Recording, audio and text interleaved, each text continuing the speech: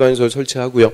공동용시설도 설치하고 건물도 져요. 건물의 용도, 건폐율, 용적률 높이. 특히 건폐율하고 용적률 구체적으로 몇 프로? 그리고 용적률 300%냐 310%에 따라서 재건축 사업, 사업성이 왔다 갔다 한다고 그랬어요. 그래서 구체적인 건폐율, 용적률 다 정비계획으로 정합니다. 그럼 요거하고 구분할 게 좀 전에 기본계획은 건폐율, 용적률 등 건물 밀도 계획이죠. 건물 밀도 계획이다. 그러면 기본계획. 그냥 건폐율, 용적률이다. 그러면 정비계획이 됩니다. 그래서 이 다른 것도 알고 있느냐? 또 기출이에요. 다 기출. 그래서 밀도 계획은 기본계획이고 그냥 건폐율, 용적률은 정비계획. 그 다음에 지구단위 계획에 관한 사항이 필요하면 지구단위 계획도 포함할 수가 있대요. 그럼 왜 또 지구단위 계획이냐?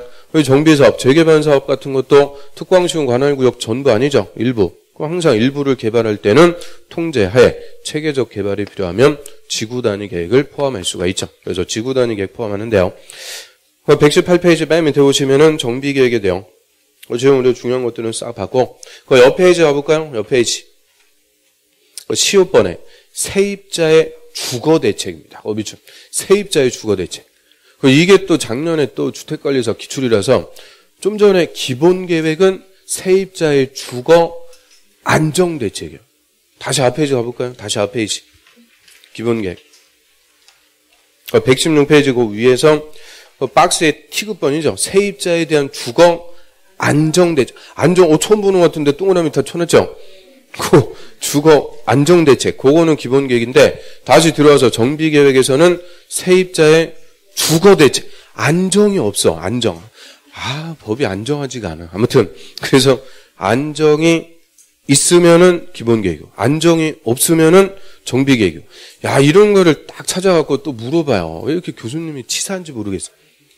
그래서 그런 거 어떻게 일일이 다 외울 거예요. 아무튼 그래서 물어봤으니까 하여튼 비스무리한 것들 자꾸 바꿔줘요.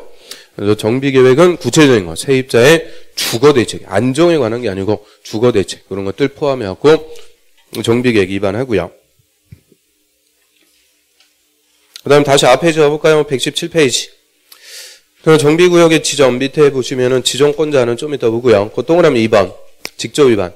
자, 지정권자는 정비구역 지정하기 위해서 직접 정비계획 위반할 수 있다. 그럼 지정권자가 직접 정비계획 위반할 수도 있죠. 그런데 원칙적인 거는 그 동그라미 3번.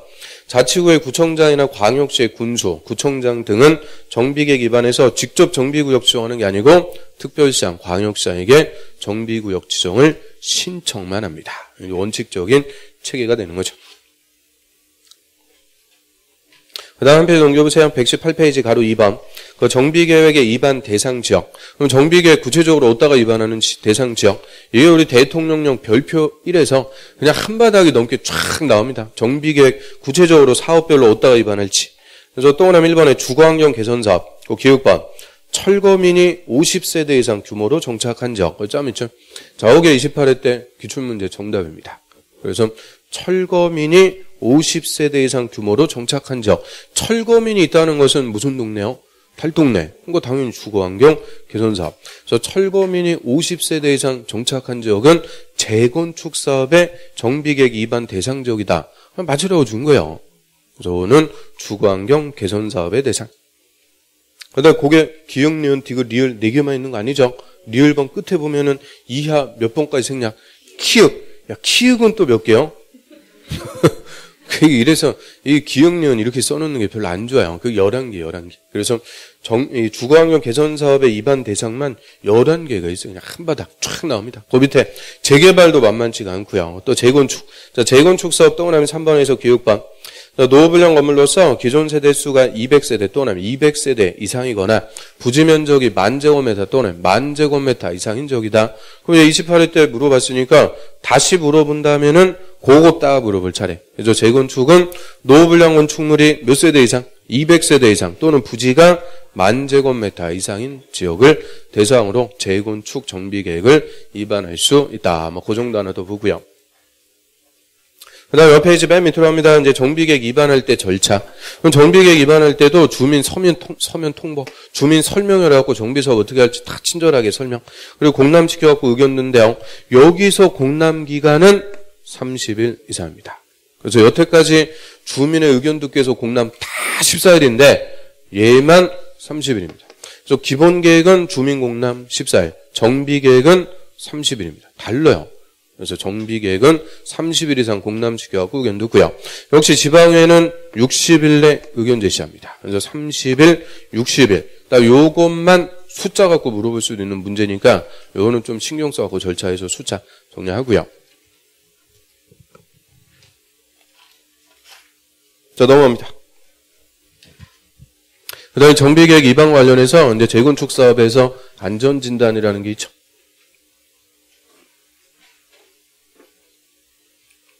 그럼 재건축 사업에서만 특이한 제도가 안전진단. 우리 안전진단, 뭐를 안전진단이라고 그래요? 안전진단이란?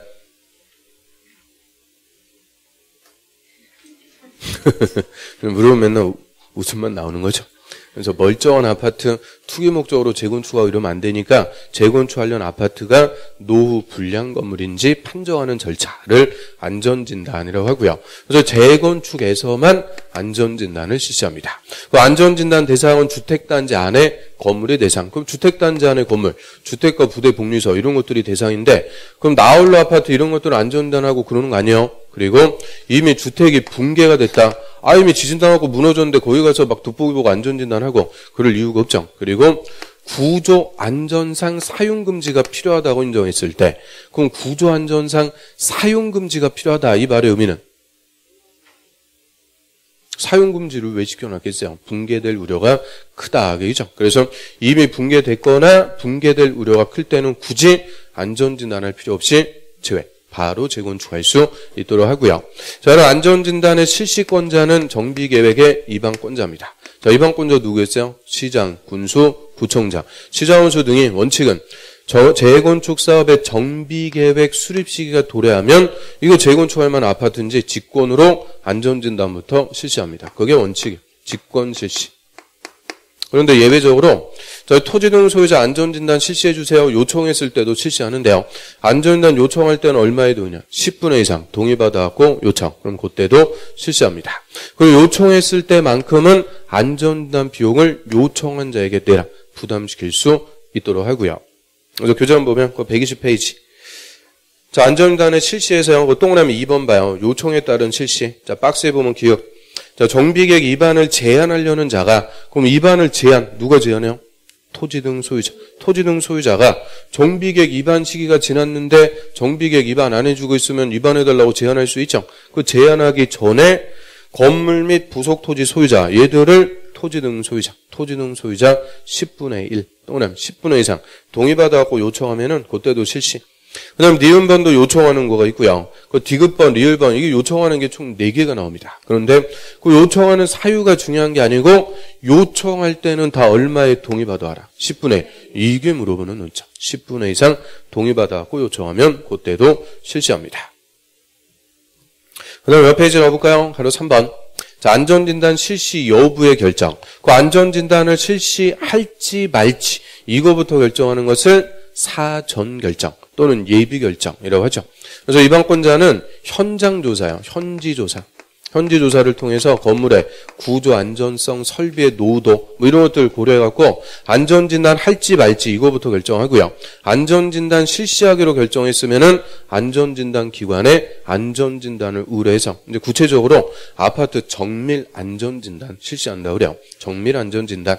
그럼 의뢰받아갖고 안전진단 할 수 있는 기관 딱 3개밖에 없어요. 안전진단 전문기관. 얘는 뭐 이름대로 가면 되고. 한국시설안전공단. 이게 지금 올해까지는 시설안전공단이라고 하는데 이 내년부터는 이름이 바뀌어요. 얘가. 국토안전관리원. 이렇게 다 거창하게. 국토안전관리원. 아주 그냥 거창해 보이죠. 그래서 내년 되면은 우리 공법에 또 바뀔 것들이 또 수두룩해요.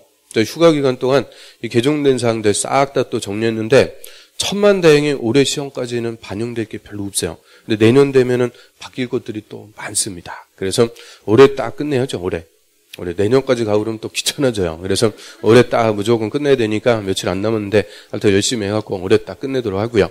그래서 한국시설안전공단 올해까지만 내년부터는 국토안전관리원 있어 보이게 불러요. 그 다음에 건설기술연구원 딱 요 3개 기관만 안전진단이라는 걸 실시할 수가 있고요. 자, 안전진단 실시했다. 결과가 나옵니다. 그럼 결과 등을 고려해서 정비계획 입안할지 말지 여부를 최종적으로 결정. 그래서 이거를 종국적인 결정이다라고 하고요. 그럼